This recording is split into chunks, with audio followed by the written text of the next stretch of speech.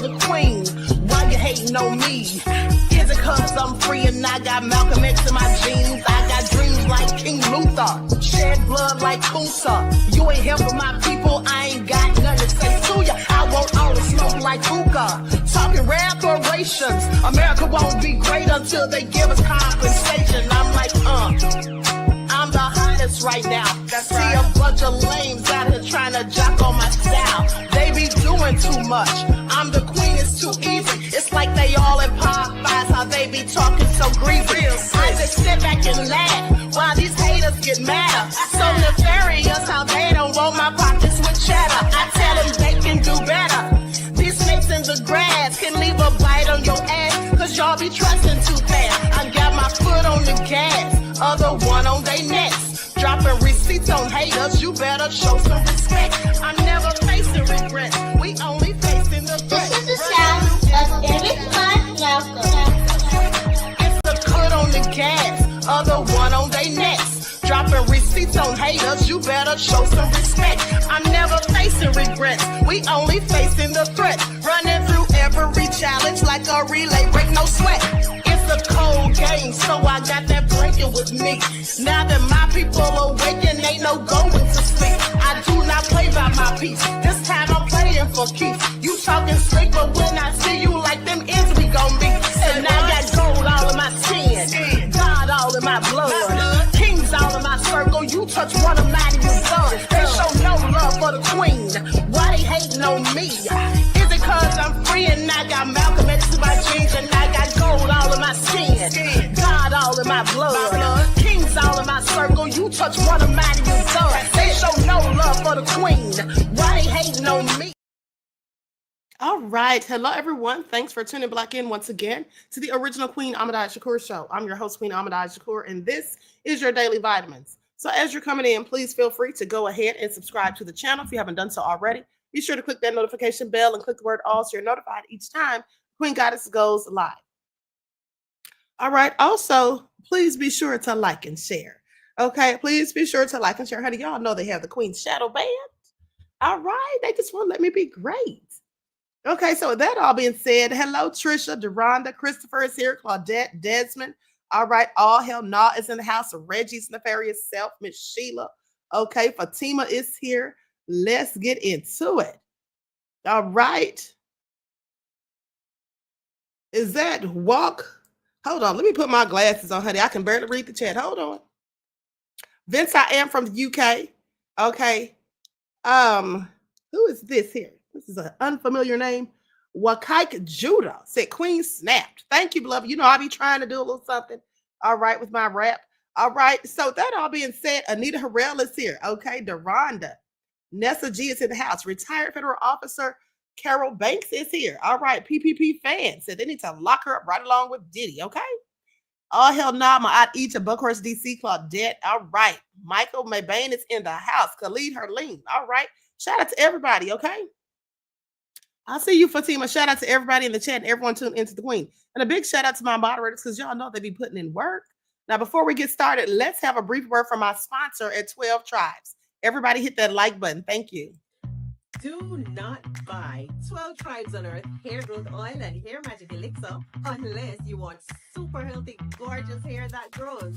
They have a whole line of amazing hair growth products, including hair growth leave-in conditioner spray, hair growth shampoo, hair growth spray, and hair growth butter. I'm starting to sense a theme here. They include quality natural ingredients. They smell amazing, and you can see the results for yourself. So if you're looking for healthy hair growth for your natural or relaxed hair, try 12 Tribes on Earth today.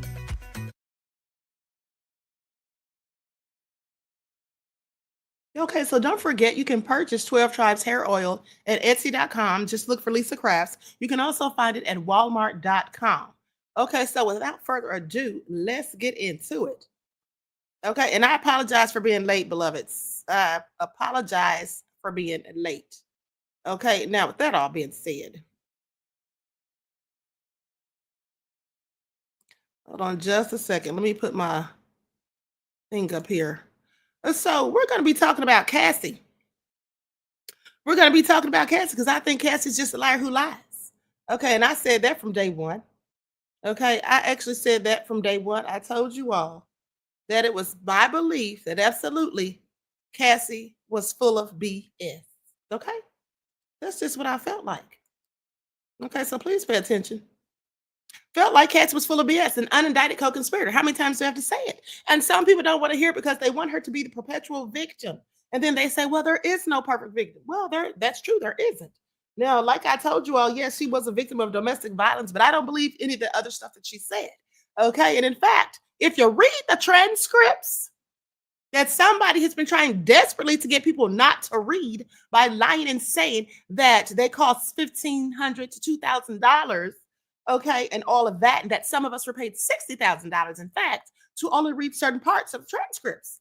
Bottom line is this: whether you read all of the transcripts or some of the transcripts, the fact of the matter is the transcripts contain the truth of absolutely any and everything that was said in court.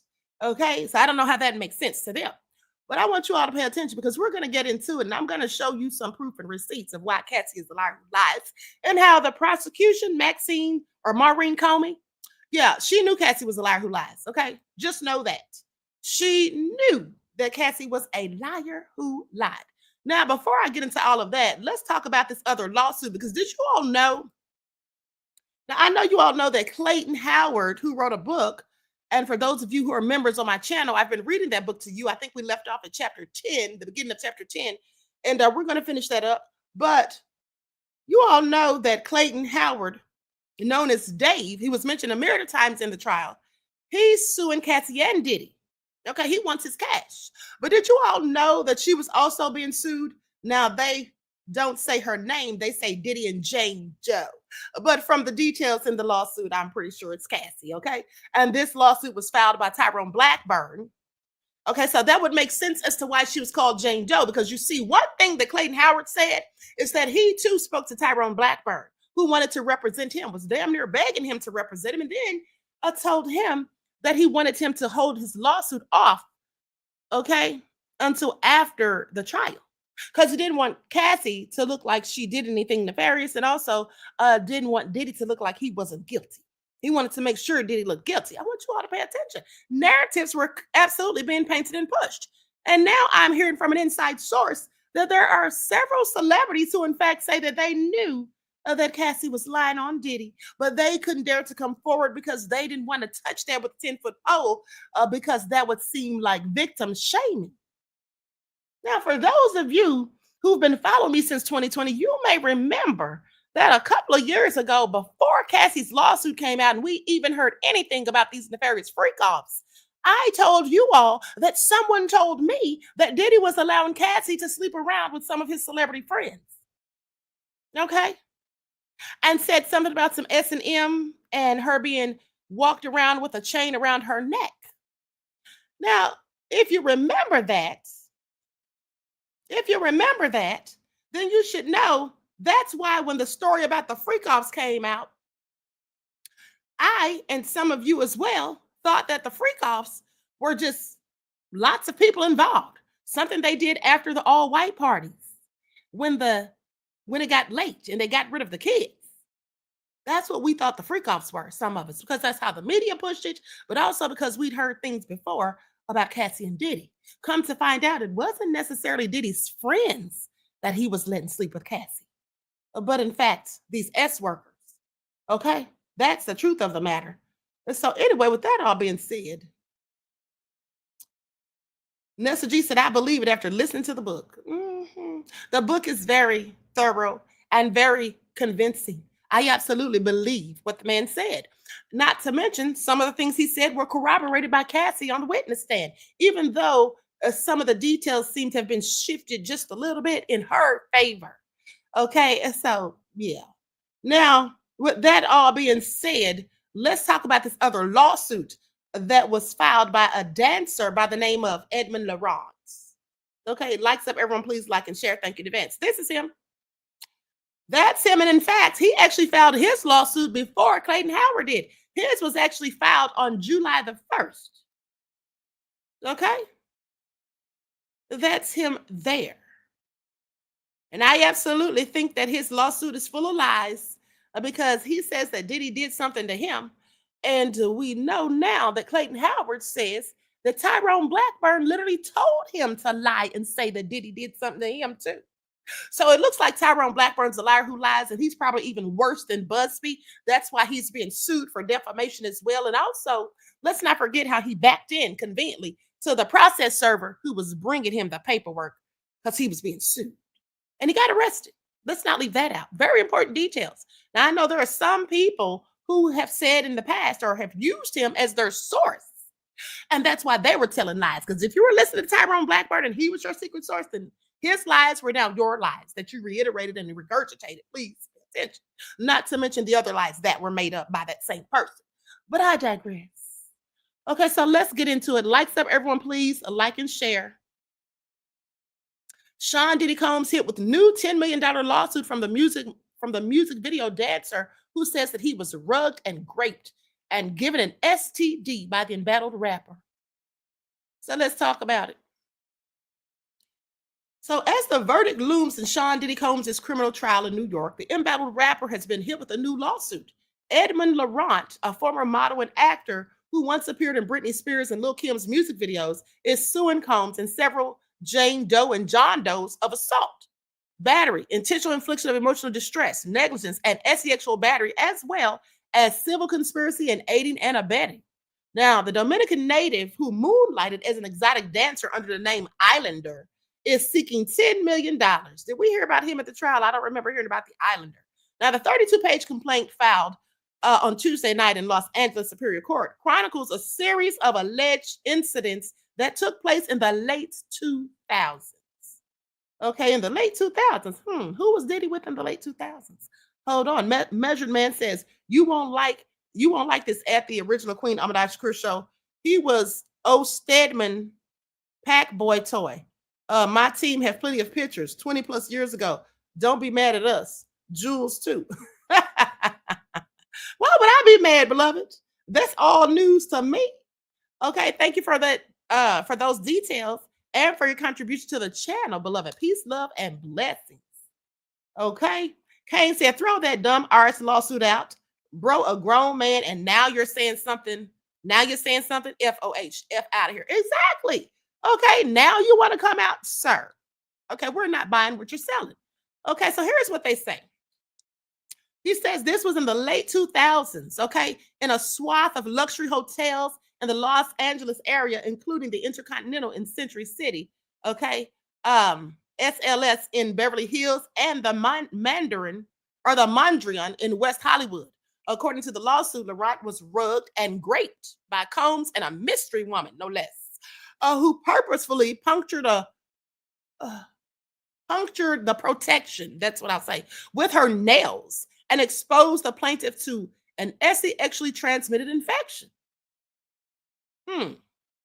That part I don't know. But anyway, let me continue. The complaint states that he suffered severe health issues, including stomach cancer, as a result of the alleged abuse. How do you get stomach cancer from an sexual encounter? Please make it all make sense, sir. But let me continue. Now, as described in the complaint, Laurent is heterosexual and was once a highly sought after to be in music videos with Tupac, Dr. Dre, Britney Spears, Lil' Kim, Tamia, and other prominent artists, and appeared on an episode of Baywatch. In the late 2000s, he was signed to the modeling and talent agency Latin Connection that booked him on jobs as an extra in films and music videos, as well as performing at bachelorette parties as male entertainment. Ooh, honey, these S-workers are nefarious, are they not? So glad I have a man and don't have the use for these thugs. But anyway, let me continue.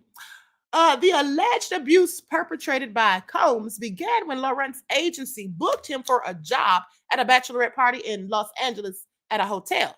He arrived to find a man and woman wearing masks who wanted a private dance. Seeing nothing wrong with the request, plaintiff proceeded to perform. After the performance, he was paid and left. The man was Combs, according to the complaint. A few days later, he received another call from the woman and he returned. After performing his dance for the couple, the woman propositioned Laurent for sexual intercourse. This all sounds familiar. According to the complaint, Combs noted how much pleasure he derived from watching another man have relations with his woman. So Laurent agreed, put on protection, and proceeded to have sex with the woman. I find it all interesting because didn't he say she poked holes in the protection? He was paid an additional $1,000 for the act. Following the encounter, the woman continued to contact Laurent, inviting him to return. Upon arriving from another meeting at the Mondrian, the couple unmasked themselves and asked plaintiff to apply an excessive amount of baby oil. They offered him a drink, and which he tasted and quickly declined, informing them that at the time he did not want to consume alcohol. So why'd you taste it? And I want you all to pay attention because he says that they unmasked themselves as if they voluntarily revealed themselves to him. Now, I wonder if that's true because Clayton Howard told a whole nother story about how he found out who they were, and so did Daniel James. And neither of them said that Diddy and Cassie voluntarily gave them the information. But we'll get to that in a moment. So anyway, it goes on to say, Jane Doe then offered him Coca-Cola, ecstasy, and GHB, all of which plaintiff declined, reiterating that he did not use drugs. Combs insisted that plaintiff be on the same frequency as they were, demanding that he take at least one shot of alcohol to lighten up. Plaintiff, reluctant but under pressure, obliged. So you let some grown man persuade you to do something you didn't want to do. All right, sir. Laurent became extremely woozy and lightheaded all of a sudden. Months went by before he received a call from Jane Doe and was invited to another hotel. During this encounter, he was offered rugs and alcohol, which he declined, but was forced to use an immense amount of baby oil, which he believes was infused with GHB. Now, we pretty much know that's a lie because the feds confiscated about 1,000 bottles of baby oil from Diddy's residences, and they didn't find any GHB in any of them. So if you're putting GHB in baby oil and you got 1,000 bottles lying around your home, I would think that you probably already have it infused, wouldn't you? So I don't believe that, and I don't believe anybody else who said something of the sort in a lawsuit. Please pay attention. While Laurent had sex with a woman, Combs asked him to remove his protection. Plaintiff refused, and Sean Combs and Jane Doe informed him that they had recently been tested, were both clean, and stated that plaintiff was the only other partner Jane Doe had. They even went so far as to produce what they claimed to be valid blood work. Valid blood work results as evidence that Jane Doe was STD and STI free. Now, Jane Doe reached down and broke the protection with her fingernails as plaintiff was penetrating her. Sean Combs then came behind plaintiff, leaning in closely and whispered in his ear suggestively in a very suggestive tone, saying, "Yeah, pound that ussy." That sounds about right. His voice was deliberate and insistent, reinforcing the coercive atmosphere. Plaintiff felt increasingly trapped and uncomfortable, but he kept going. But due to the effects of the rugged baby oil and the situation he found himself in, he struggled to fully resist or leave through, although he attempted to and had all intent to, but was hindered by the rugs. Do y'all believe this? So there was rugs in the baby oil? But let me continue because that's what he says. These are the allegations. Now, with that all being said, he goes on to say that furthermore, Combs also told the woman how to go ahead and perform fellatio on Laurent. When she did not perform as instructed, he would snatch the plaintiff's cucumber, okay, and mimic the movements that he would want to see Jane Doe do. According to the complaint. This all sounds so crazy. Wait till we hear what Clayton Howard had to say about all this. Now, because I'm going to read you all just a few excerpts from the book to verify something that I'm saying. Now, on the final encounter, the couple offered Laurent some orange juice, specifically because he did not drink alcohol. Unbeknownst to him, Jane Doe and Sean Combs had spiked the drink with Rohypnol and ketamine. Wonder how he figured that out. Because that's what he says. Now, when plaintiff regained consciousness, mind you, he was lying naked on the bed, slathered in baby oil, and felt immense pressure in his back door. Jane Doe woke up, pulled out a stack of $100 bills, paid the plaintiff $500 little measly dollars after all that, and then abruptly shut the hotel room door. Plaintiff was left feeling violated, confused, and physically unwell. I bet he was. I don't believe a word of this. First of all, he said they gave him $500. That's it. They gave him $1,000 the last time when he danced, but then they gave him $500 after doing all this. Y'all hear this? They must have felt like he was cheap if that's the case, because Clayton Howard, aka Dave, said he got paid $6,500. But let's continue. This is all interesting. So anyway, it goes on to say weeks later, okay, he started having warts, okay, around the rim of his back door, according to the complaint, and he was diagnosed with condyloma. Laurent began vomiting so frequently that he lost the ability to retain solid food or liquids. As a result, he suffered debilitating health issues that led to gastric surgery and eventually stomach cancer. Really? Huh. That's interesting, if true. Now, Laurent is is represented by Rodney Diggs and Tyrone Blackburn, okay? Attorneys in another high-profile case against Combs. Last year, Diggs and Blackburn filed a lawsuit on behalf of Diddy accuser Lil Rodney, alleging sexual assault, sexual harassment, and failure to pay his underling. 1 month later, Department of Homeland Security agents raided Combs' mansions in Los Angeles and Miami. Today's filing is filled with pictures of a buff Laurent alongside famous faces, including Pamela Anderson on the Baywatch set and Oprah Winfrey in Happier Times. Those pictures are juxtaposed by a current picture of a frail-looking Laurent who is missing teeth due to frequent vomiting. He vomited so much that his teeth fell out. Sounds like he was on some rugs himself. His lawsuit also lists the mystery woman as a defendant, referring to her only as Jane Doe, whose identity is unknown to Laurent. Now, here's where you know he's lying. He said that they revealed themselves to him. They unmasked themselves. Diddy and this woman who was unknown, Jane Doe. Didn't he say that? Didn't I just read that right? He said they unmasked themselves to him. But now he says he doesn't know this woman's identity. It also names an additional 9 Jane and John Does who participated in, facilitated, aided, abetted, conspired, or otherwise contributed to the wrongful acts.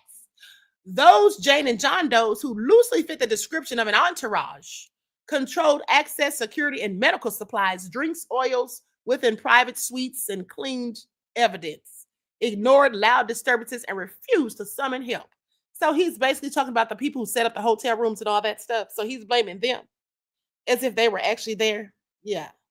Please pay attention. Tyrone Blackburn is trying to get him a bag, honey.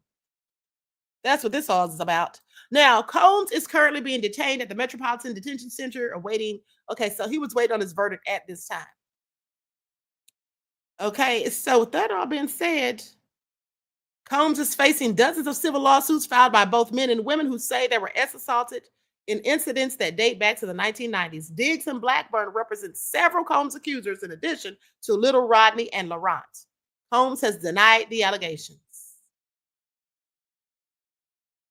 Well, I'll tell you this much.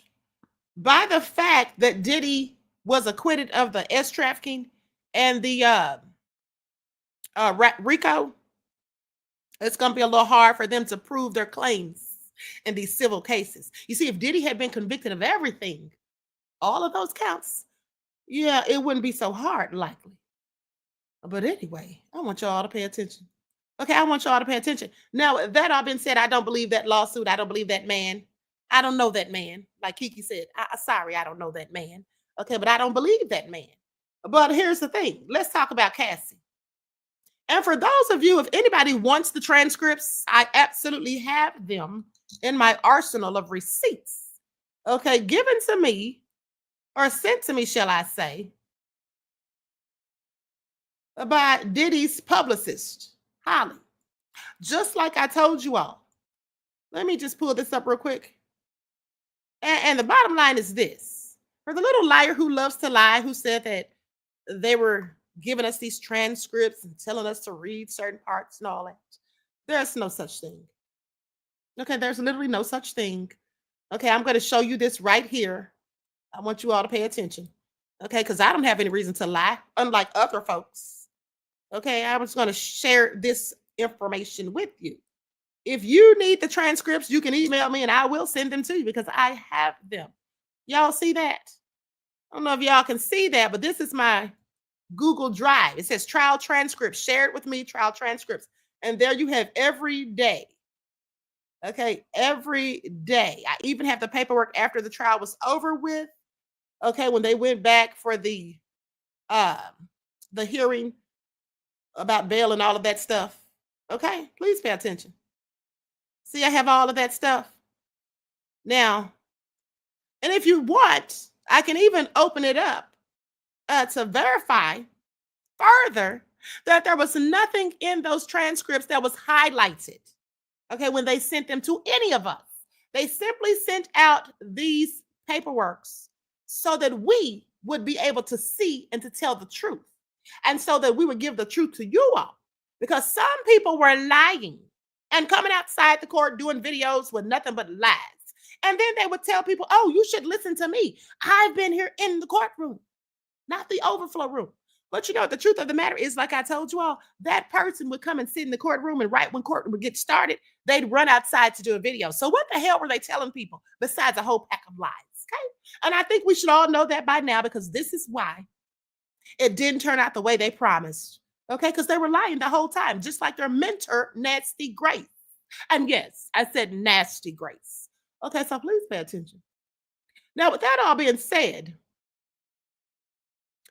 let us go to what Cassie testified to, because I want to compare this to what Dave or Clayton Howard said. Let me put on my spectacles here. Okay. Now, here's the thing. Cassie talked about blacking out after she took some GHB. She testified to this on the stand. Okay. And I want to say it was May the 13th of 2025. And she basically said, I took GHB. I went into a G hole and blacked out. I woke up nude in the shower. Dave and Sean were freaking out. I bugged out. It wasn't pretty. That's what she said. Now, when she testified to this on the stand, I want you all to pay attention. Thank you, No More Drama, for your super sticker contribution, beloved. Peace, love, and blessings. I appreciate you. Now, I want you all to pay attention, because when Cassie talked about blacking out during this freak-off, she went on to say that they still had the freak-off. Okay, she also talked about how these freak-offs were not isolated incidents, but they happened every week, some lasting several days, each orchestrated and filmed by Diddy as part of his control over her. She testified that the encounters dominated her life, leading her to use rugs as a way to disassociate from the reality of what was happening.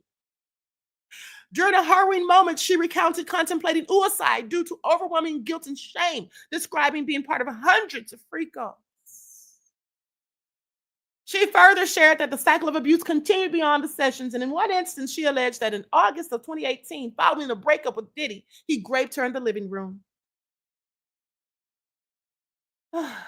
Finally, she said she couldn't carry it anymore. Do y'all remember this? I'm sure you all got the updates, or you remember me reporting on it. So I want you all to pay attention, because here's the thing. Here's a lie that Cassie told on the stand when she was trying to act like she was all sweet and innocent, didn't do anything wrong, and Diddy's the one that made her do it all through force, fraud, and coercion. One of the lies that she told that really stood out to me was when she said that Diddy told her that they were in a monogamous relationship. This is what she said. Nobody's making this up. Do I need to send y'all the transcripts? Because I'd love to. Yeah, she said she believed for much of their relationship that they were in a monogamous relationship, largely based on Combs' assurances and how he treated her. She said initially she was insanely jealous and felt insecure early on, saying that she didn't realize that he had many partners, as he had portrayed himself as Puff Daddy, like that he likes the company of women. Over time, she became to believe that they were monogamous because he told her so. I'm not dealing with anyone else. It's just us, what she claims he said. She said he made me feel like we were in a monogamous relationship more often than not. It was really me figuring out that we weren't. But that, of course, was later contradicted when Little Miss Cassie said, and I quote, she testified saying that she was jealous of Kim Porter. She said, and let me read her exact words.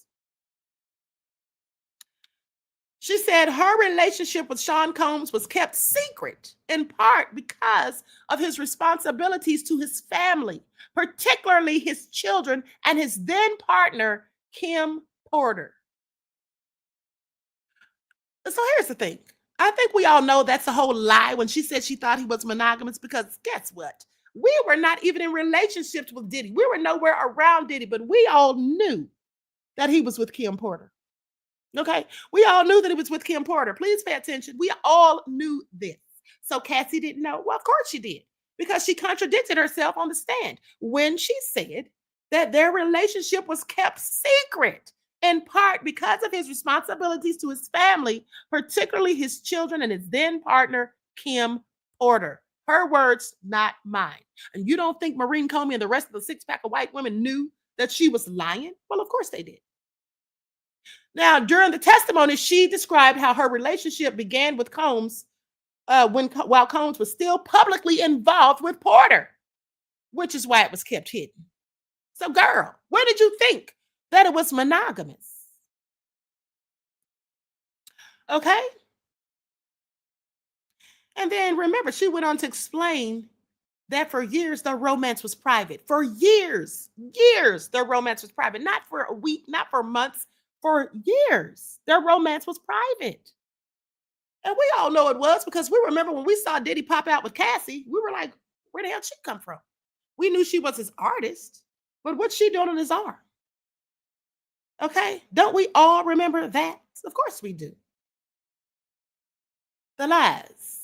He just didn't want it to look bad, but also knew it was because of his children and personal things like his family. Her words, not mine. She added that Combs and Porter were still publicly together during the early phase of their relationship, even as he began seeing her. Cassie said their secrecy was driven both by how it would look and by his family dynamics. Y'all still think Cassie's little old Miss Innocent didn't do a thing wrong? You know, Kim Porter's friend said she used to laugh and pick at Kim too, by the way. Clearly not a victim to me, except for the domestic violence. And she also recounted feeling jealousy toward Porter, especially seeing Combs take holidays or vacations with his children and Porter. But if they were in a monogamous relationship, why would he be having holidays with Kim Porter? You see how she lied? You see how she contradicted herself? And y'all wonder why, some of you still wondering why the jury didn't buy what she was selling, because they knew she was a liar. And they knew she was a criminal too. Because if Diddy was a criminal, so was she. That's why she got immunity. But let me continue. So he had these vacations with his children and Porter, nonetheless excluding her. She testified that she sent messages expressing sadness over not being invited to those family trips. Why the hell would he invite you, girl, when he's with his real woman? You were just a side piece. Okay? Get whatever you could get. No less. Measure Man said she need to stop with the relationship and call it a situationship in Candy voice. The lies. I know that's right, beloved. I absolutely agree. That's exactly what it was, honey. Okay? And thank you for that tidbit of information, your insight into the topic, and your contribution to the channel. Peace, love, and blessings. All right? All a hot mess. All a hot mess. Some of y'all are probably clenching your fists right about now. Is anybody mad? Somebody let me know. If anybody thinks I'm victim shaming, if anybody's upset, let me know what y'all got to say about it, okay? Not that I care, because the truth will be told, like it or not. So with that all being said, I think that we know by now that Cassie's just a whole liar. Okay? I mean, she literally said their relationship was kept hidden because he had Kim Porter and he had children and didn't want to make things complicated and thought about how it would look. Okay, so I want y'all to pay attention. And I also told you about her taking the GHB and saying that she had a G-hole and blacked out. Woke up nude in the shower. Dave and Sean were freaking out. I bugged out. It wasn't pretty. Now, right after she said that, she didn't really go into further details about that. Instead, she started talking about something else, about the beatings, about her eyebrow. That's what was next. And you see, I think that was skillfully done so that it would look as though he beat her on the night that she had the GHB episode. Okay, when she took the G-hole and blacked out, and then made her go ahead and have that freak off. See, that's how they wanted that to look. But I'm here to tell you that I believe it's all lies and BS, because let's get into it. And let's see what the person who was really there, Dave, what he had to say about the same exact scenario. And this man, in my opinion, has no reason to lie, because in fact, he didn't even have to admit that he was there. He wasn't called to testify. So he didn't have any reason, as far as I'm concerned, to lie about this. Okay, well, before I get into that, let me let you guys see this. Hold on. Let me pull up this video where he says how Tyrone Blackburn, the ambulance chasing lion ace dog of an attorney, okay, who's going out here giving people bad advice and bad information and just lying altogether, as far as I'm concerned, allegedly. Let's see how he said Tyrone Blackburn told him to lie on Diddy. Okay, that's why I don't believe with Edmund Laurent. I don't believe any clients of Tyrone Blackburn. I don't. Tony Busby, I don't, because they are liars. They have been proven to be liars. Okay, and unethical to boot. I mean, imagine a lawyer backing his car into somebody because they're trying to serve him because he's getting sued. Ooh, honey, he's a whole thug. Okay, I just want y'all to pay attention. Tyrone Blackburn is a whole lying thug. All right, in my opinion. Now, with that all being said, I'm going to share my screen. Shout out to Art of Dialogue for this clip. He does lots of big time videos, interviews, shall I say. Now I'm going to put an overlay on this because I don't have permission. But I want y'all to hear this.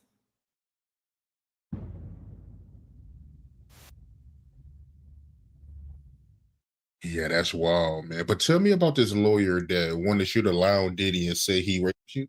Oh, that was Tyrone Blackburn, bro. Tyrone Blackburn is a piece of crap, bro. Tyrone Blackburn is the attorney that if you really want your civil action to go through, that's Little Rod lawyer, right? Yeah, that's Little Rod lawyer. Shout out to Little Rod. No disrespect to you, Little Rod, but Tyrone is not the man. That's probably why half of your claims got dismissed, because Tyrone don't know what the hell he doing. But Tyrone is a lawyer who files salacious claims. Like, he has no problem falsifying allegations and demands letters. Whatever makes a celebrity or important person look bad, Tyrone is willing to put into a complaint. And let's not forget that he's had some ethical complaints on him before. So this isn't something that he has just done. He's been accused of this before. Tasha K actually, about a year or two ago, maybe, did a whole thing going in on him about how he just does all this stuff. Okay, please pay attention. He's just a liar who lies, as far as I'm concerned. I actually met Tyrone because he represented me on a matter regarding my civil rights in the NYPD in the city of New York. I'm a victim of malicious prosecution and women stalking me, lying on me to the police. So this is why the situation with Diddy kind of hit me different. Cassie's lying on Diddy. I'm a man who's been lied on by my ex-girlfriend for years, bro. I got multiple orders of protection against her. I'm suing the states of New York and New Jersey, all for civil rights violations that law enforcement did to me as the male victim of a final domestic violence order. So now Tyrone Blackburn is the lawyer who I hired to sue the city of New York when I'm able to prove that they've been intentionally violating my rights as a male domestic violence victim of intimate partner stalking. Tyrone Blackburn looks into the case. I'm trying to go to law school myself, so I'm somewhat legally savvy. I managed to structure it for him so he can see the allegations of what I'm saying. He totally agrees that they violated my civil rights. He does have experience suing the city and the NYPD, so he decides to issue me a contingent retainer to take my case. During the course of that litigation, me and him start to become cool, and I tell him about my connection to Diddy and Cassie and my interviews with Homeland Security. I think at that time I had been interviewing with Homeland Security maybe 5 months, so I had some time in with the U.S. Attorney's Office. So once I tell him the story about Cassie, he's blown away. He's like, "Oh my God, you're the guy. You're the guy that was sleeping with her." So I said, yeah, I'm probably one of the guys. So he begs me to represent me. He tells me I have an action. Yo, Art, here's the truth. I didn't even know that I had an action against Diddy and Cassie until Tyrone Blackburn. Once I told him how Cassie did the things she did to me, how she forced herself on me on the menstrual cycle, how Diddy paid me, Tyrone Blackburn is the one who told me I had civil action against them. So he tells me I should sue them. He presents his legal arguments of why I can. I'm not going to cap, bro. Okay, they damaged me. I'm entitled to damages. Bet. Let's sue them. He starts asking me about Diddy and sexual assaults. And I said, nah, Diddy never touched me. I said, he made a pass at me one time on like some homos, like a homo initiative, but I shut it down. He never touched me. Nothing ever happened. Now, Tyrone has another client, a male escort, who is also suing Cassie, Edmund Laurent.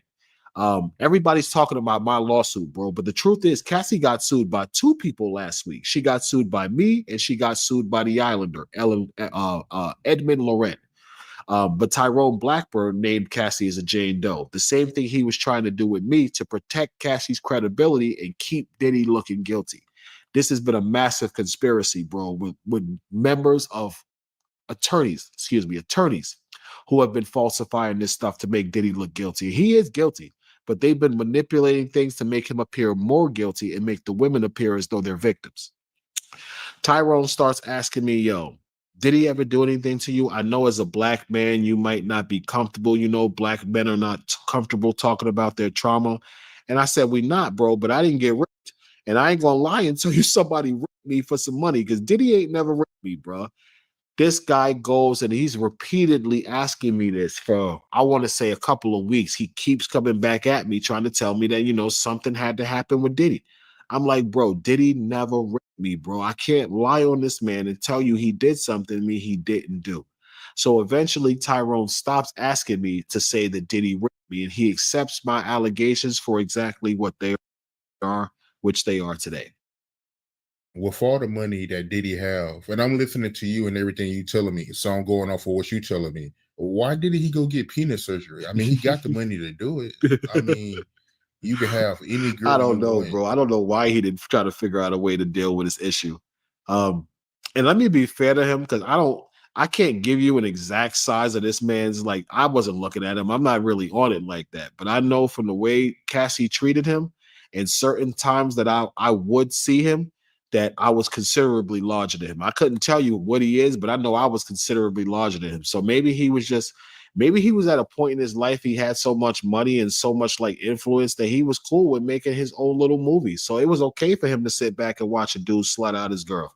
I really think that's the type of time Diddy was on. I don't even think Diddy cared about his penis size, honestly. He could do whatever he want.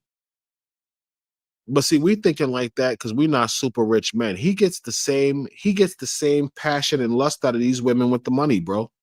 The money turns these women on. He don't need the biggest penis in the world. He need the biggest pocket. And then he can get a fool like me to come in, sex out the girl, take turns here and there. He's giving the girl what he wants, and he's still satisfying beautiful women.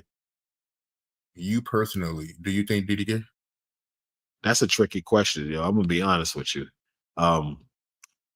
There was a time where I would have said yes, but this was before the prosecution's case of Diddy. And I got to be fair, yo. Like, I didn't see none of the gay stuff they talking about. He did that one thing to me that I interpret as him trying to proposition me when he asked me if I was gay and put his rectum in my view. But, you know, there are people who made allegations that Diddy raped him. And here's my thing with that, Art. I'm a grown man. If somebody drugs me and rapes me, or somebody drugs me, and I pass out and I wake up and my anus is hurting, and I'm still in the room with the person who raped me, and they say, yeah, I did that. I'm not walking out of that room unscathed. I'm beating the hell out that nigga. So my whole thing is, all of these men who saying Diddy raped him and he was still in the room, what type of man is you, bro? You try to tell me this man raped you, and I don't give a damn how much money Sean Combs has. If Sean Combs would have raped me and drugged me and I woke up and my rectum was hurting, I'm trying to kill him. I don't care how many bodyguards he has around. There's no way I'm going to quietly walk out of this room and hold the fact that Diddy raped me to myself for a decade. So to ask, do I think he's gay? I think he might be bisexual, but I don't think he's directly, overtly, like, I don't think he's like directly just, I'm gay. I think he's like a closet bisexual, and I think he's in serious denial of his attraction to men. I definitely think that. As I was sitting through the prosecution, I kind of realized how much people was lying on him. And it's going to sound crazy, but I feel bad for him. I was honestly going to do this podcast with a free Diddy shirt on. Because yes, Diddy's guilty, but Diddy should not go to jail for things that he is not completely guilty of. While these women get to go free and pretend to be victims, that is wrong. there's no justice in the American legal system. If a criminal defendant can lie to prosecutors and make prosecutors think that their actual criminality is victimhood that's imposed on them by someone else, and dozens of other people could confirm the fact that these people were involved. This was like I believe this Diddy trial was the biggest slap in the face to the Me Too movement in actual victims that we'll ever see. This was a joke. All right, so you all heard that. He said it was a joke, and it was. Okay, it was all just concocted to bring down a powerful black man, just like Diddy's attorney said. And we didn't believe him at the time. We thought it was all BS and malarkey. Okay, we didn't believe it. We thought Diddy was guilty as homemade sin. Thank you, OG Patrice, for purchasing a membership, beloved. Peace, love, and blessings. Measure Man said, PSA, man or woman signed the chastity belt bill for all. What do you know about a chastity belt? Okay, nefarious. Thank you for that. And thank you for your contribution to the channel. Peace, love, and blessings. Okay, so now with that all being said, you all keep in mind what Cassie said about the night she claimed she took GHB and went into a G-hole and blacked out and woke up naked in the shower with Dave and Diddy freaking out. She said it wasn't pretty. And then she went on to talk about that bruise upside her head and all of that. And Maureen Comey, in my opinion, like I said, the prosecution changed the course because they didn't want to go too deep into that rabbit hole. Because here's what really happened. In the words of Clayton Howard, aka Day, I believe his version a whole lot more than I believe Cassie's. Now I'm going to share my screen. And for those of you who have memberships to the channel, you've already heard this because I read this to you when I was reading the book in a members only live. So I'm just going to read a few excerpts just so you all can hear what he really had to say about this whole situation where she supposedly OD'd.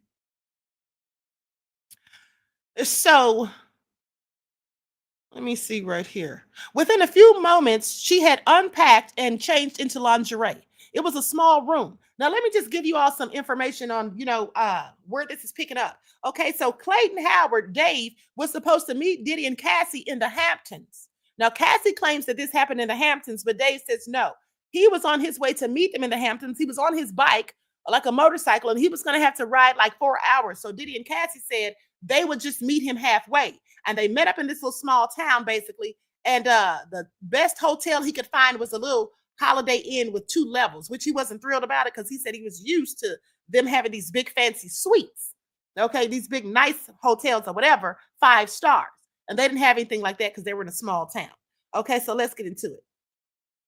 So within a few moments, she had unpacked and changed into lingerie. It was a small room, so Diddy and I were trying to figure out how to move around each other. Cassie had it all figured out and was ready fast. As I tried to take off my clothes, she was in the bathroom. She used warm sink water to heat the bottle of baby oil that she had bought. By this time, I was beginning to seriously dislike the baby oil. It was messy, destroyed the coating on my glasses, and took days to fully get off from my skin. Diddy and Cassie really changed how I feel about Johnson & Johnson. Now, I never put baby oil on my skin.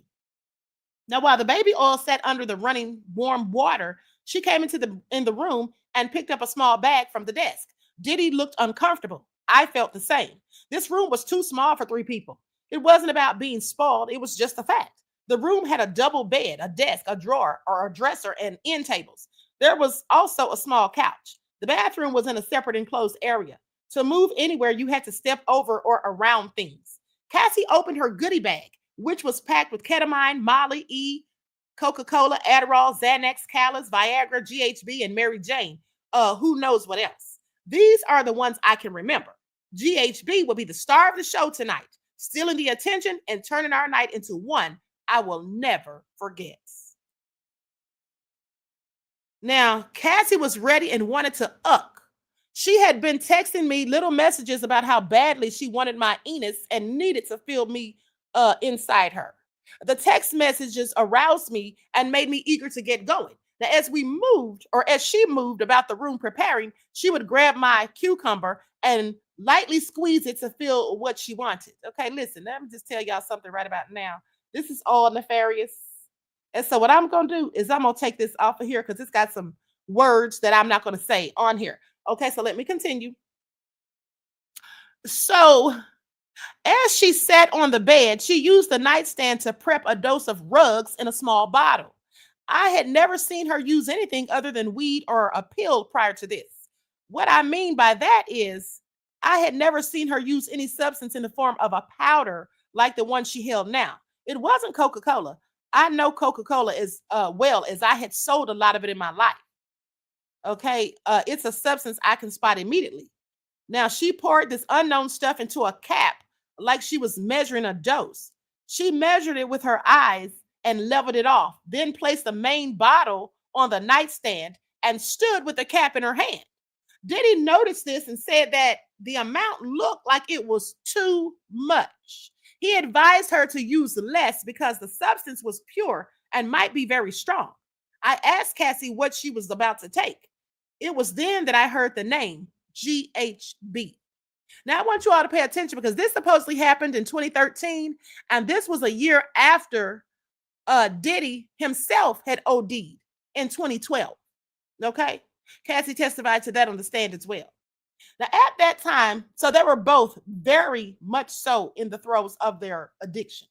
Now, at that time, I had no idea what GHB was or what its effects were. By the end of the night, I would become aware and vowed to myself that I would never consume that rug, no matter what.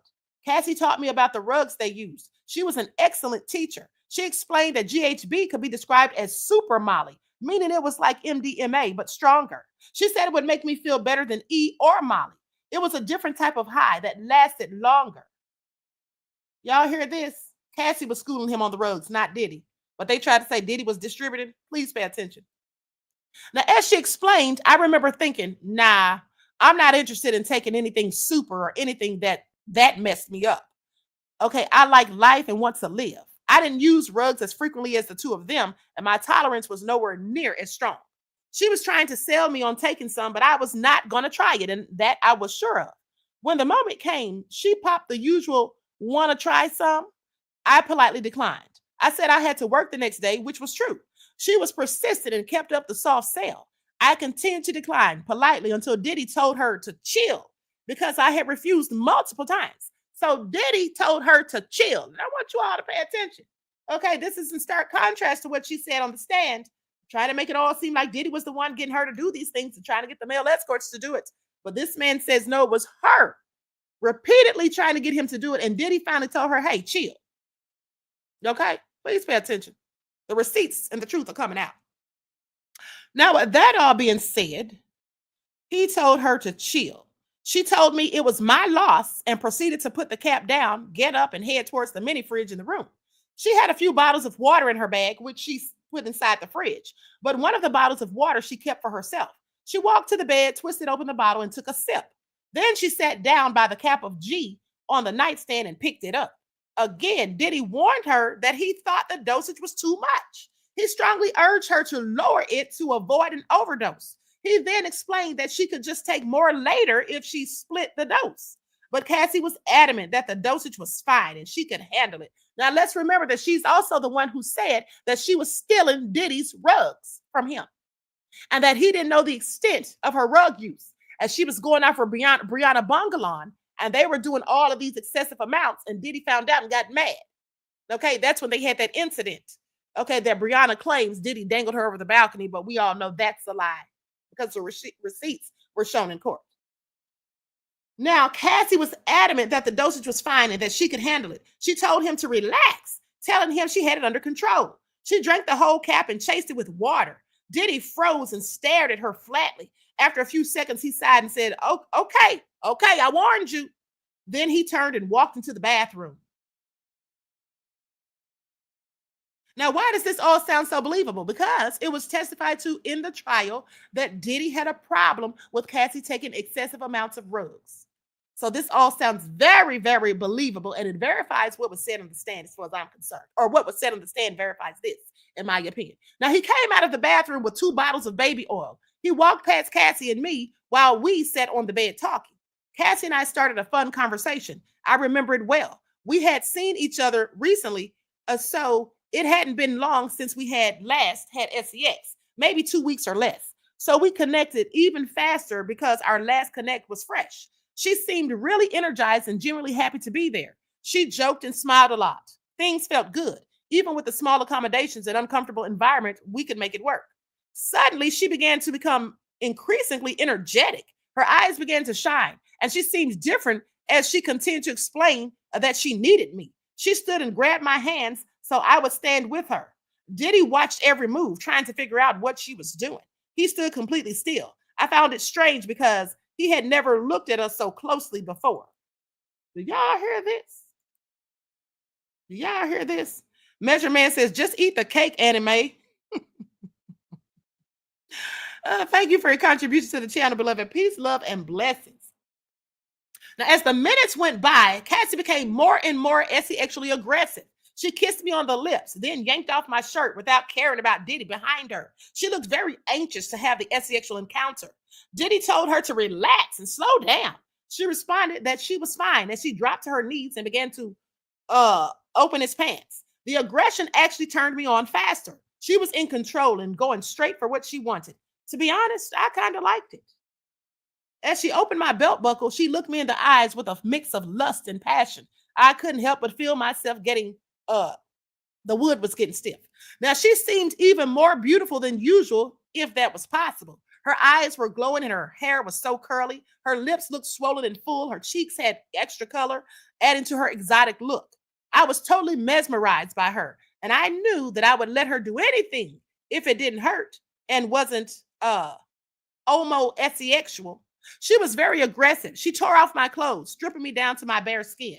I had been sleeping with Cassie for several years at this point, and I can confidently say she had never been this forceful before. Diddy stood in the corner and repeatedly told her to relax because she was too aggressive. She didn't respond to him. She just continued to strip me down to nothing but my socks. Once I was completely nude, she grabbed my cucumber and shoved it, you know where, her mouth. That was something that she had never done, and I was obviously very aroused. But Diddy knew something was wrong and began to tell her that she needed to stop.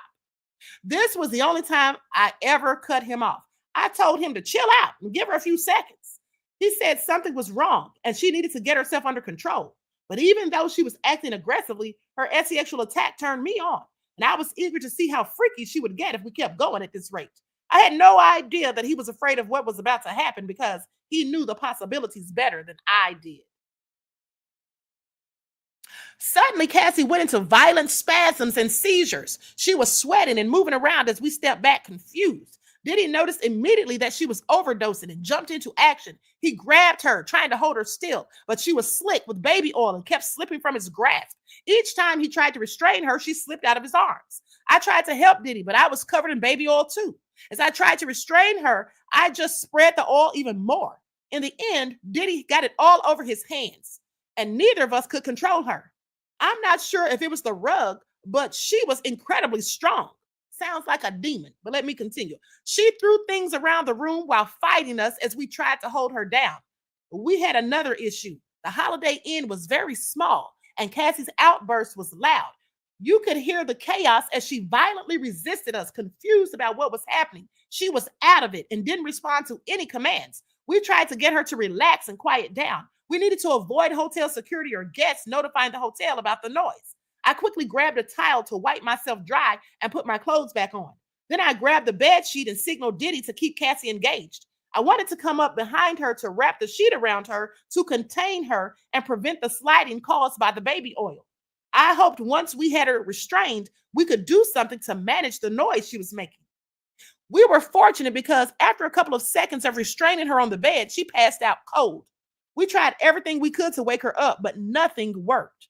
We splashed water on her. We shook her. We called her name. We hoped she would recognize our voices, answer us, and become more coherent and compliant. But that didn't happen. She just lay there, beautifully asleep.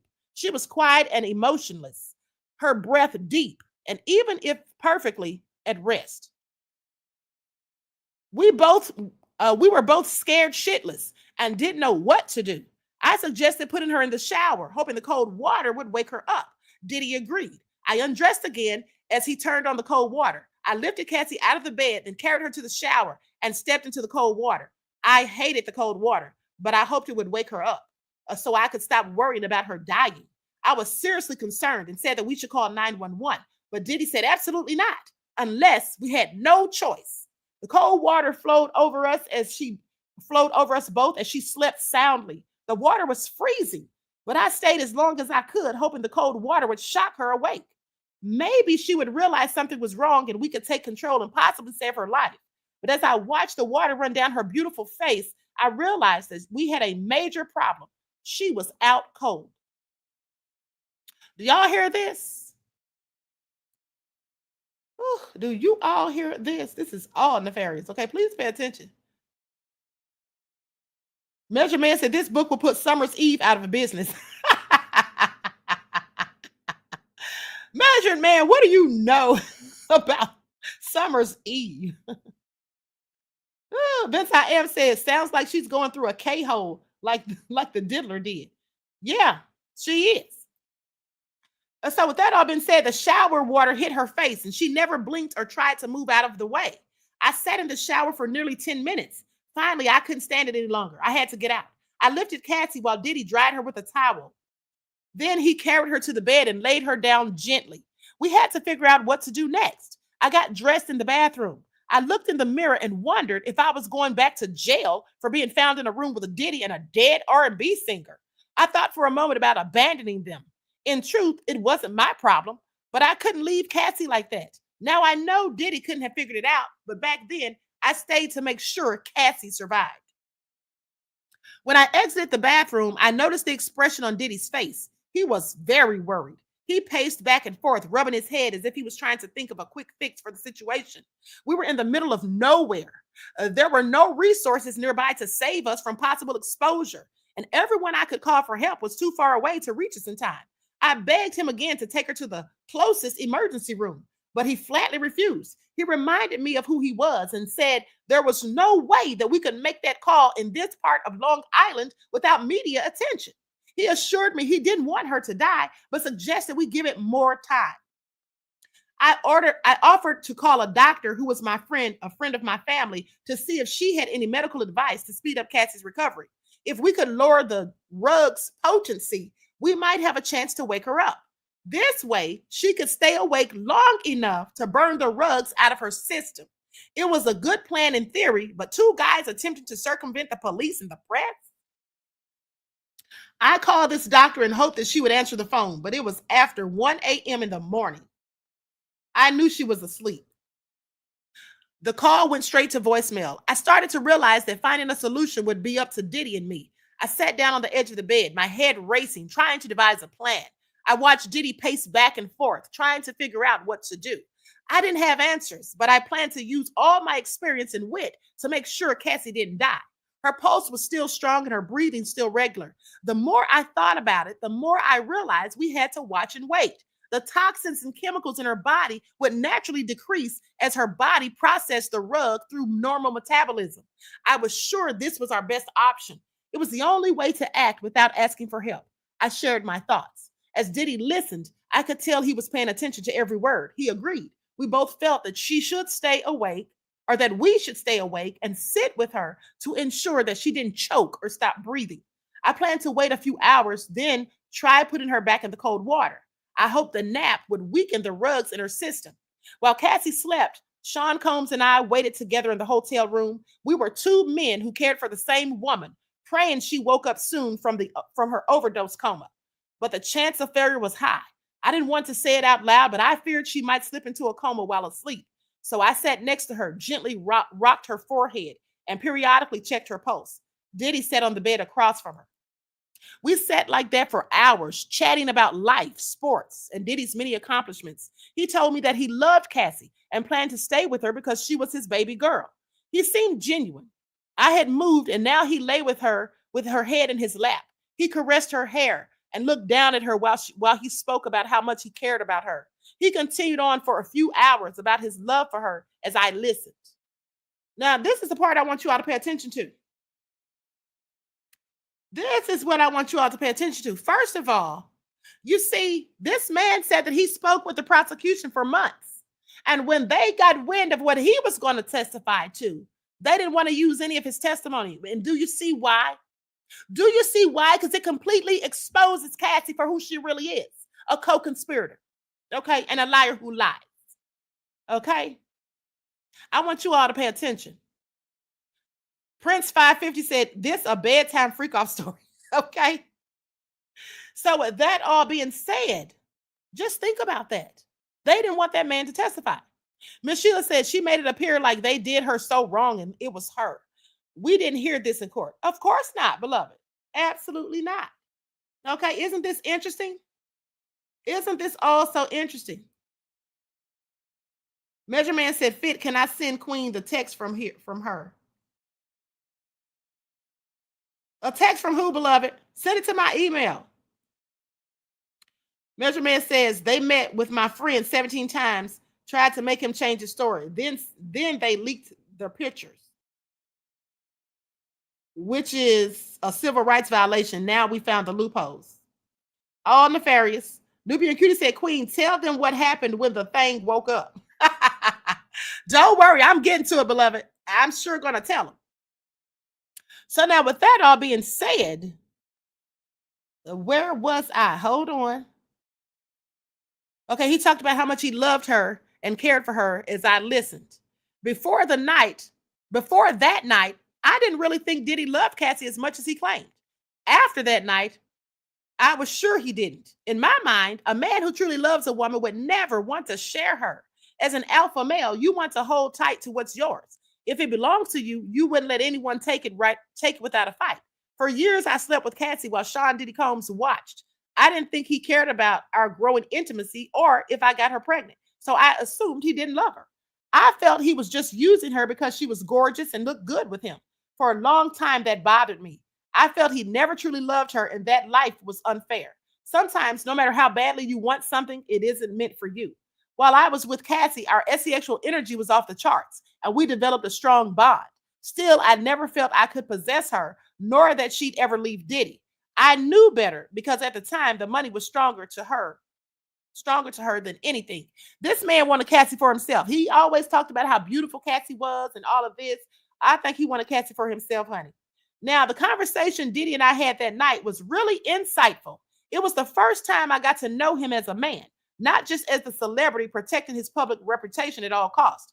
He was selfish and self-absorbed, and he proved it that night by refusing to call for help when Cassie overdosed. As he told me how much he cared, I doubted it the longer he refused to call an ambulance. Now, we talked in that hotel room until the early hours of the morning. Around 5:30 a.m., I decided to put Cassie back in the shower. I knew it was now or never. She had slept for over 6 hours. The rugs in her system had to be lower by now. I believed if I kept her in the freezing cold water long enough, she would wake up. We decided to attempt to revive her again using the cold shower to shock her awake. Diddy went back to the bathroom and turned the shower on, making the water as cold as possible while I took off my clothes and wiped my hands again. I wanted to remove any baby oil that might have soaked into my skin. When I was ready, I lifted Cassie with my legs to avoid hurting my back. Her body felt heavy and lifeless. She was dead weight, basically. It was twice as heavy as when she was awake. I was definitely tired too, so that didn't help my efforts to get her into the water. I lifted her into the air and walked to the shower. Then I stepped over the tub partition and into the tub. The water was running hard and splashing everywhere. It was very cold. When it touched my skin, it shocked me. I woke up right away from the tiredness I felt after hours of waiting for Cassie to wake up. Now, as I held her, I glanced down at her face. She was still asleep. I couldn't help but think how beautiful she would look as a dead woman.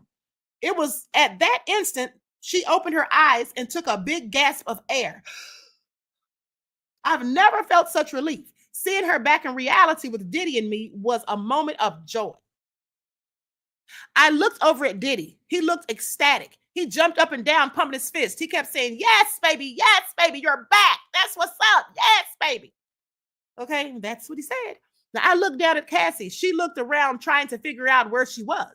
She looked at me and asked, who are you? Diddy and I looked at her. Was she serious? She looked confused for a second before she smiled and said she was kidding.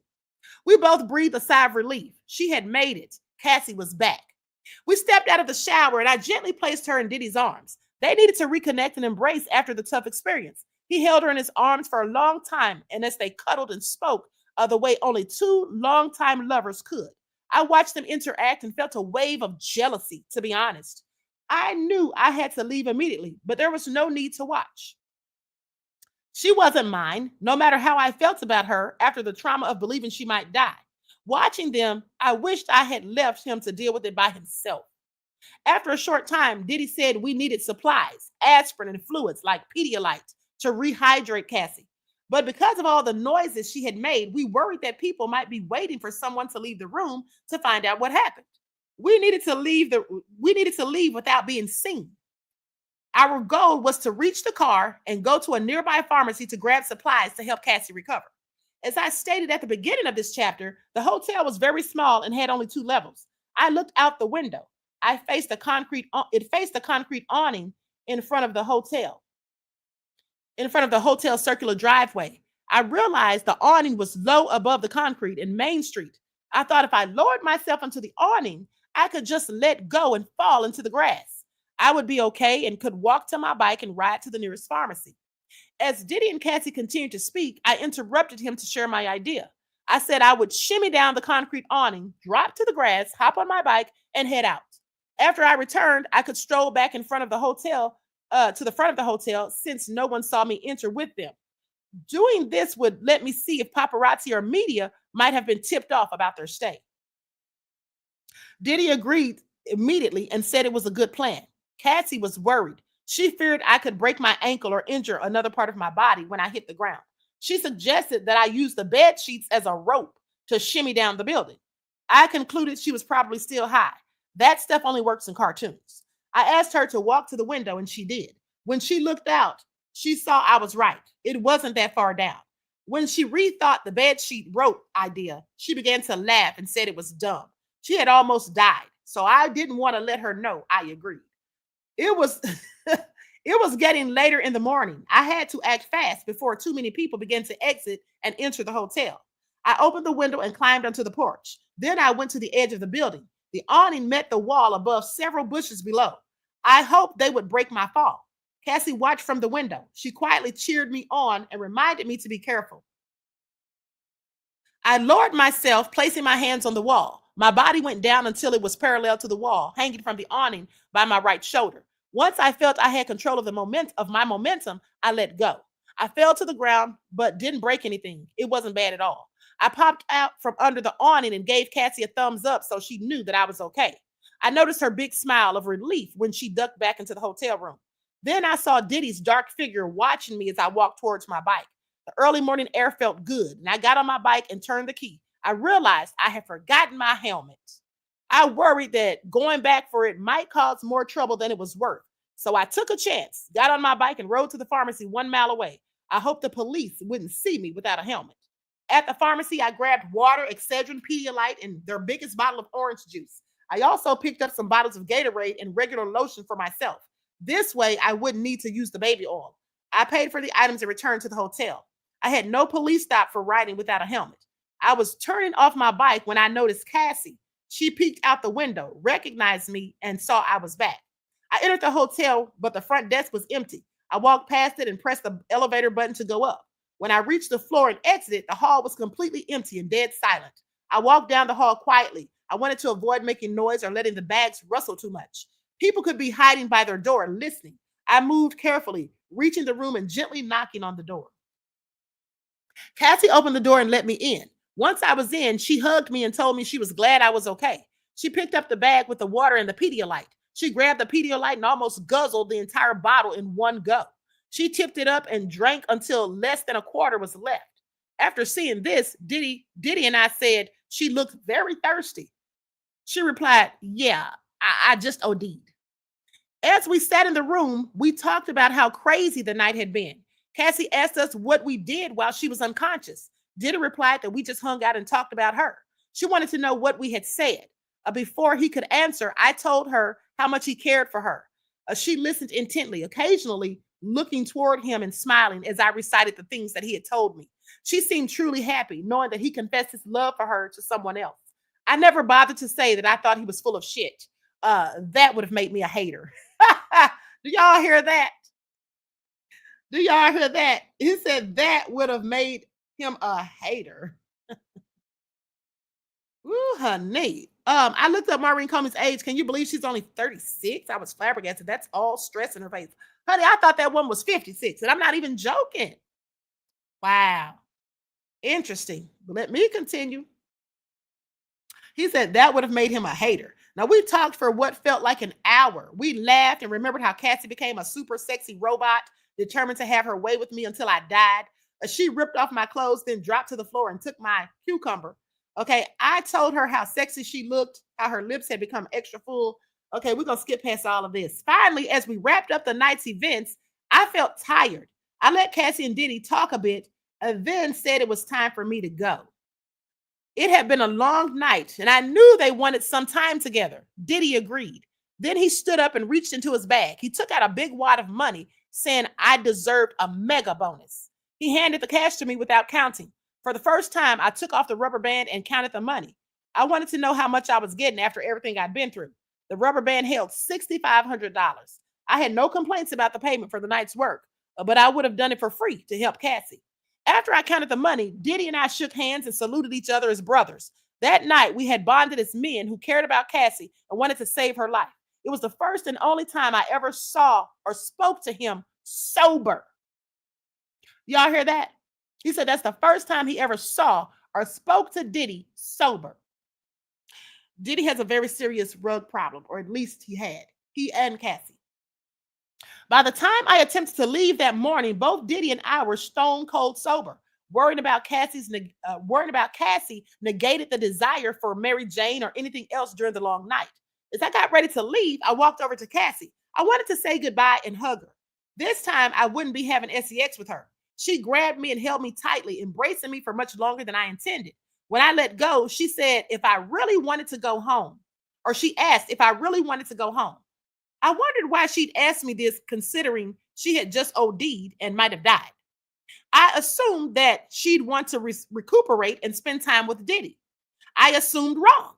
Cassie didn't plan to sleep. Instead, she wanted to have sex. As she spoke, she explained that she felt great and full of energy and was ready to go all day if I was willing to stay. As she said this, I observed Diddy eyeing her in a weird manner. Then he looked at me as though willing me to say no. Under pressure, I tried to use the overdose to suggest she might be too tired to continue and could use a break, but she was firm. She insisted she needed sex and wanted to have a gasm. And y'all know what I'm talking about.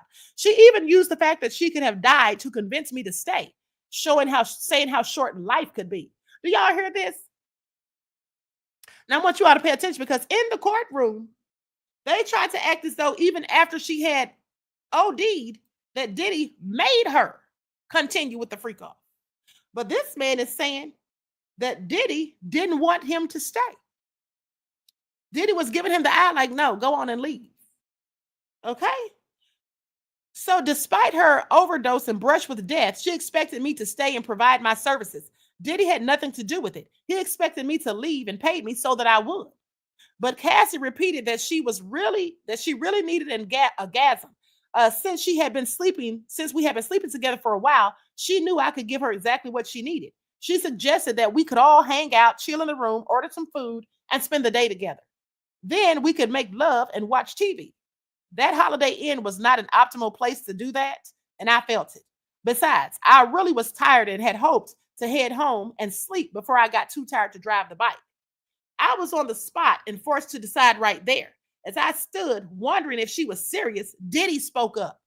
He told me that if I didn't want to stay, it was fine. See, that's how you know Diddy wanted him to leave. Okay? But when he said this, Cassie walked over, wrapped her arms around me and said, please, I need it. She informed me that I owed her after last night because she almost died. How would I feel today if she had? See how she was being manipulative? I want you all to pay attention. She was being manipulative. Okay, I absolutely believe it. Kid Cudi said that Cassie played him and Diddy, and this man himself said that Cassie manipulated him and Diddy. Okay? And he talked about how women can absolutely manipulate men to get what they want. Of course they can. Okay, they can play the damsel in distress. They could be a whole Jezebel acting as a victim. Please pay attention. But let me continue. She wrapped one leg around me while she was standing up. She softly kissed me on the neck before kissing me on the lips and telling me she knew I wanted some of her ussy. The outreach was enough to convince me to stay a while. I was so attracted to her that I always said there was no way I could have ever turned her down. I want you all to pay attention. I'm going to stop it right there. Okay, I'm going to stop it right there. But I want you all to pay attention because this is what this man said. Miss AP said, please continue, Queen. We'll continue on the membership channel. But I just wanted you all to see how this man is saying that Cassie was the one who wanted to continue these freak-offs. Okay, and he also said that Cassie never got beat by Diddy for not wanting to do a freak-off. The only time Diddy got violent is when he was jealous because he would tell Cassie not to do certain things with these men, and she would do them behind his back. She would do things behind his back. For example, he talked about how Diddy would take ketamine and then he would pass out for like 30 minutes sometimes when he would take it. And while he was passed out, Cassie would be doing all sorts of nefarious things that she knew were against the rules of what Diddy and her had agreed that she was allowed to do. Okay, Diddy didn't want her tongue kissing these men. And he said she would stick her tongue right down his throat when Diddy wasn't looking. Okay? He talked about the first time he had relations with Cassie without using protection. And Diddy was like, oh, you doing this raw now? So I'm just saying, when you listen to what this man said, he said that Cassie wanted him to give her the golden shower. And she told him that the reason she liked it was because the warmth of it running down her chest while she was getting you know what. But see, Maureen Comey and the rest of the six-pack of white women wanted to make us all think that even if Cassie did all of these things, she only did them because mean old low-down dirty Diddy beat her and made her do it. She didn't even like it. Let me tell you something. The amount of ecstasy, and I'm not talking about the illegal substance. I'm talking about the feeling of it in your body that he claims that she was having when they would do these things.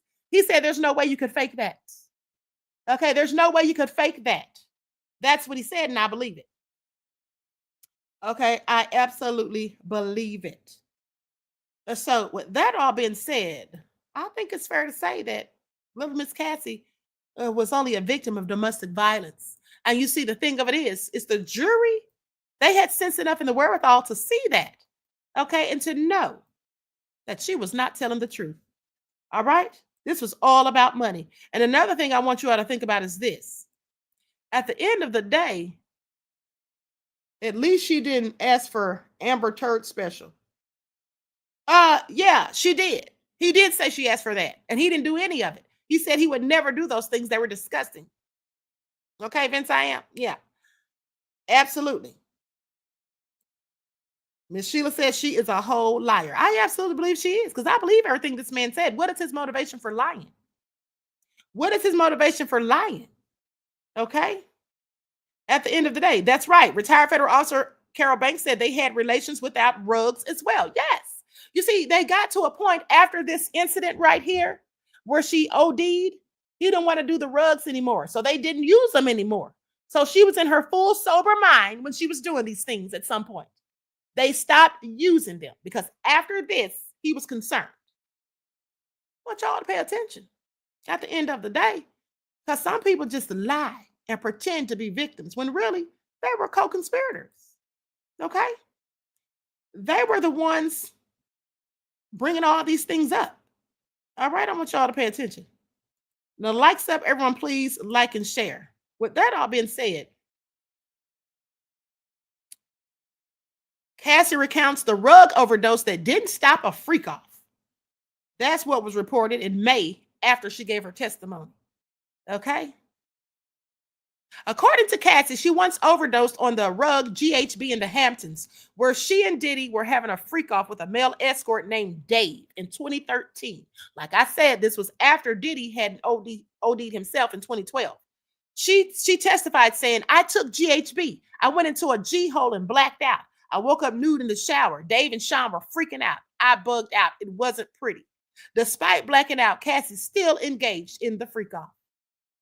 In another part of her testimony, Ventura revealed that her rug of choice for a freak-off, she revealed her rug of choice for a freak-off, saying ketamine.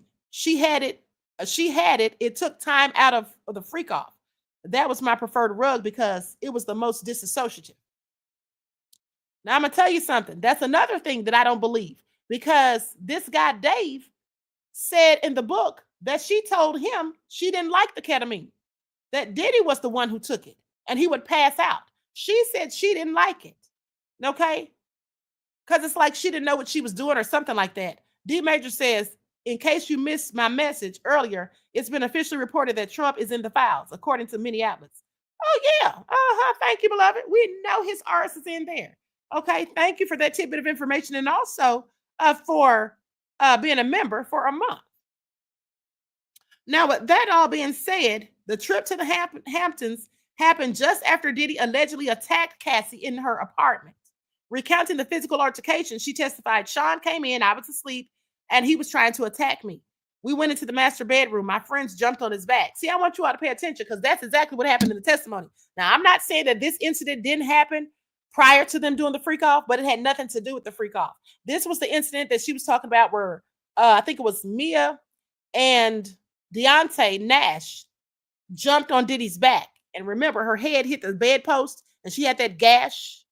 So that's what they started talking about right after they talked about the Freakoff and her OD'd, to make it seem as though the fight was connected to the Freakoff. Are y'all paying attention? Okay. Are y'all paying attention? And then she started talking about the permanent scar she had and all this and that. See, the reason, in my opinion, like I said earlier, the reason that they switched the topic to that was to not dwell on what happened when she took the GHB and blacked out. Okay? Because they don't want to go down that rabbit hole and talk about the real details of it. They just simply said, oh, she still had the Freakoff. And Sean Combs still had her to have that Freakoff, Maureen Comey said. Yeah, I want y'all to pay attention. Even after she overdosed. But isn't she the one, according to Clayton, a.k.a. Dave, the one that wanted to have the Freakoff? Okay, please pay attention. Please pay attention. DJ Big Six says, connect the dots, Queen. Thank you, beloved. Okay, so with that all being said, let's see what's going on here about Trump.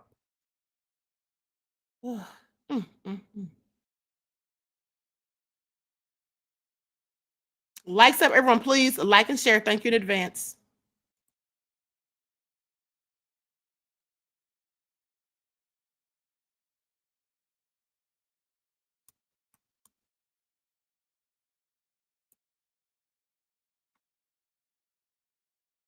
Exclusive. Justice Department told Trump in May that his name, so Trump been knowing this. I want y'all to pay attention. Of course he knew. White House reacts to reports that Bondi told Trump he was in the Epstein files. Let's get into it, shall we? Let's get into it. Because didn't I tell y'all that this morning? I gave y'all all the proof and receipts. And now here they come. I want y'all to pay attention. Now, with that all being said, the White House responded on Wednesday to a Wall Street Journal report that Attorney General Pam Bondi told Trump that his name was mentioned in documents related to the investigation into disgraced financier and ex-offender Jeffrey Epstein. The journal's report cited senior administration officials who said Trump's name appeared multiple times in the Epstein files. This is another fake story, just like the previous story by the Wall Street Journal. This is what White House Communications Director Steve Cheong told the newspaper in a statement. Is he going to sue them too? Is Trump going to sue them too? Because is he going to sue everybody? Chung was referring to an explosive journal story that revealed Trump sent Epstein a 50th birthday letter in 2003, featuring several lines which we already know. And that's why Trump's suing the Wall Street Journal right now, Rupert Murdoch. So now they're saying that this is all lies and BS. Trump called the story fake and has distanced himself from Epstein, referring to him as a creep after the DOJ's memo was released. Trump, you're a creep. Okay, how about that? So with that all being said, on Wednesday, the Journal reported that Bondi and another top DOJ official informed the president in May that his name appeared in the Epstein files along with the names of other high-profile figures as part of what the sources characterized as unverified hearsay. Isn't that what I told you all? Didn't I tell y'all it was other high-profile, rich, elite people? Some of the names, I'm pretty sure that I said them this morning, allegedly. Okay? Wednesday's reporting appears to contradict Trump's characterization earlier this month of his conversations with the Attorney General about the Epstein documents. Specifically, did Bondi tell you it all that your name appeared in the files? This is what an ABC reporter asked the president on July the 15th, a week after the DOJ released their memo. Ooh, Trump, what are you going to do? All these lies he's out here telling, and for what? Ghislaine Maxwell should be concerned. She should be concerned. Okay? Because don't be surprised if something happens to her. And after all, her brother said that she fears for her life. Let's talk about it. Ghislaine Maxwell's brother claims she's fearing for her life behind bars as Epstein drama haunts the White House. Her brother said the convicted ex-offender believes that she's at great risk after Trump's FBI and DOJ claimed the billionaire PDF file deleted himself. Now, last week, it was confirmed by the Daily Mail, or the Daily Mail revealed exclusively, that Epstein's longtime girlfriend and right-hand woman, Maxwell, who's now 63, is willing to speak in front of Congress about the Epstein file. Now, her brother Ian is revealing his sister's frame of mind in the wake of the botched release of the files. Yeah, she should be very concerned. Ian Maxwell communicates regularly with his sister in jail on the phone and told the Times that she fears for her safety, saying prisons are very dangerous places, and we know from Ghislaine that there are serious staff shortages and most dangerous, higher risk category prisoners now being admitted. Okay? For sure, she remains at great, if not greater risk, and has expressed her real concerns about this to me. He also said his older sister, believes that Epstein may have been murdered, contradicting the DOJ and the FBI's belief in the official theory that he committed suicide. There were certainly a number of convicted murderers on the wing in Metropolitan Correctional Center, where Epstein died, according to Maxwell. The contemporaneous investigation of Epstein's death was cut short, cursory, and frankly shoddy. Certainly as regards that the duty guard's story that night he died. At least one distinguished independent forensic pathologist concurred with Epstein's family, with Epstein family appointed pathologist, that homicide was more likely than a suicide. He added that the pathologist from the New York Medical Examiner's office never even examined the body. He said, I think despite the DOJ memo concluding that Epstein died by suicide, there must be serious doubts, and the jury remains out about that. Ian Maxwell said that Ian Maxwell takes what President Trump and others would be pleased. Ian Maxwell's take was that President Trump and others would be pleased by the suicide verdict. The principal casualties here are truth and justice and my sister's freedom, he says. That's the reality, and it should make all right-thinking people seethe with anger. We remain ever hopeful that the truth of the hoax, as President Trump now refers to it, comes out. Ooh, honey, Trump, you have dug a hole for yourself. Ian Maxwell also welcomes total discourse and the complete public release of the FBI files. Maxwell is the only person behind bars serving 20 years on child sex trafficking charges, despite the fact that Jeffrey Epstein allegedly controlled a web of underage girls.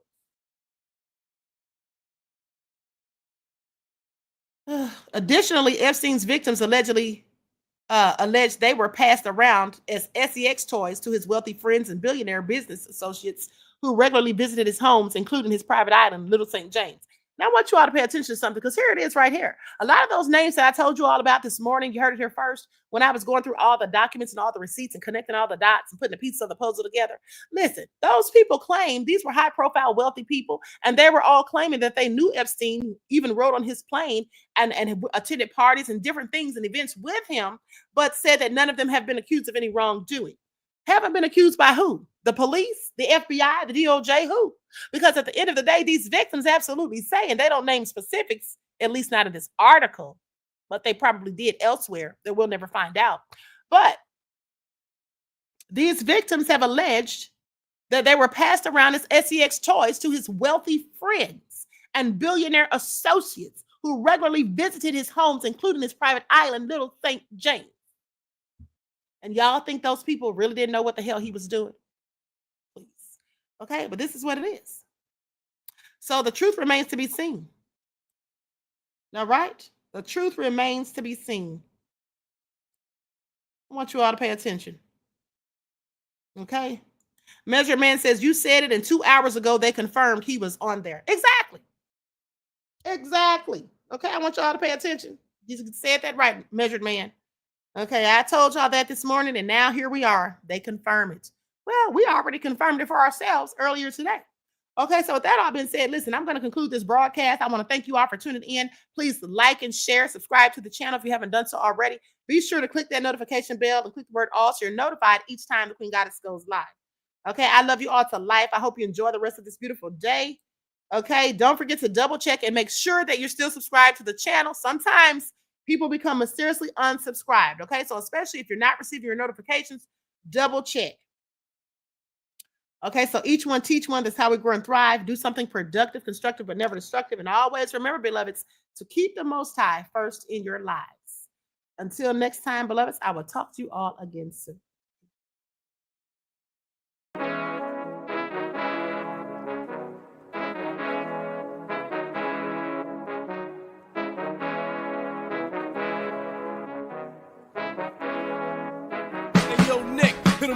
Gold all in my skin, God all in my blood, kings all in my circle. You touch one of mine and you're done. They show no love for the queen. Why you hating on me? Is it cause I'm free and I got Malcolm X in my jeans? I got dreams like King Luther, shed blood like Kunta. You ain't helping my people, I ain't got nothing to say to ya. I want all the smoke like hookah. Talking reparations, America won't be great until they give us compensation. I'm like, I'm the hottest right now. That's See right. a bunch of lames out here trying to jock on my style. They be doing too much. I'm the queen, it's too easy. It's like they all at Popeyes, how they be talking so greasy. Real slick. I just sit back and laugh while these haters get madder. So nefarious how they don't want my pockets with cheddar. I tell them they can do better. These snakes in the grass can leave a bite on your ass, cause y'all be trusting too fast. I got my foot on the gas, other one on they necks. Dropping receipts on haters, you better show some respect. I'm never facing regrets, we only facing the threats. Running through every challenge like a relay, break no sweat. It's a cold game, so I got that blanket with me. Now that my people awaken, ain't no going to sleep. I do not play by my piece. This time I'm playing for keeps. You talking slick, but when I see you like them ends, we gon' meet. And I got gold all in my skin, God all in my blood, kings all in my circle. You touch one of mine and you done. They show no love for the queen. Why they hating on me?